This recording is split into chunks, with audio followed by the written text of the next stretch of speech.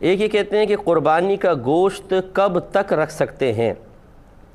دیکھیں مسئلہ یہ ہے کہ اس میں کوئی لمیٹیشن نہیں ہے۔ عرب لوگ جو تھے وہ یہ جو ایام آتے تھے قربانی کے، اس میں گوشت کو سکھا لیا کرتے تھے دھوپ میں، اور سال سال بھر تک کھاتے رہتے تھے۔ تو اس میں کوئی حرج نہیں ہے کہ اگر کوئی محفوظ طریقہ گوشت کو رکھنے کا آپ کے پاس ہے تو جتنے عرصے تک آپ کھائیں۔ پہلے ایسا تھا جب شروع اسلام تھا، یعنی ہجرت کر کے آئے تھے، تو نبی کریم صلی اللہ علیہ وسلم نے صحابہ سے فرمایا کہ کوئی بھی قربانی کے گوشت جمع نہ رکھے، سب تقسیم کرو، تو تقسیم کر دیا کرتے تھے۔ پھر سرکار نے کچھ سالوں بعد فرمایا کہ پہلے میں نے تمہیں گوشت تقسیم کرنے کا حکم دیا تھا، لیکن اب میں تمہیں اجازت دیتا ہوں کہ تم گوشت اپنے پاس رکھ سکتے ہو۔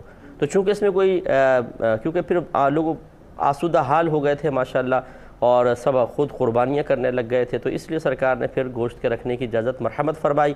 تو اب شریعت نے گویا کہ کوئی پابندی نہیں لگائی ہے، آپ رکھنا چاہیں کتنے عرصے تک، جتنے عرصے تک رکھنا چاہے رکھ سکتے ہیں، بشرطے کہ جیسے میں نے کہا کہ وہ گوشت خراب نہ ہو، جب تک آسانی سے صحیح طریقے سے رکھا جا سکتا ہو۔ خراب ہونے لگے تو اتنے عرصے تک رکھنا مناسب نہیں، نہ اپنے پیٹ میں جائے نہ کسی اور کے پیٹ میں جائے، یہ قطعاً غیر مناسب ہے۔ ہوس جو ہے نا، ہوس اور لالچ یہ بری ہوتی ہے۔ بعض اوقات فریج بھر لیتے ہیں، ڈی فریزر اور سب کچھ بھر لیتے ہیں، اور کھایا جاتا نہیں ہے، سڑ جاتا ہے گوشت، پھر اس کو کچرے میں پھینک دیتے ہیں۔ تو یہ مناسب نہیں ہوتا، کسی بیچارے غریب کے پیٹ میں چلا جائے، اور اتنا ہی رکھیں جتنا آپ کھا سکتے ہیں ایک مخصوص وقت تک، اور وہ رکھنے کی بہرحال اجازت ہے۔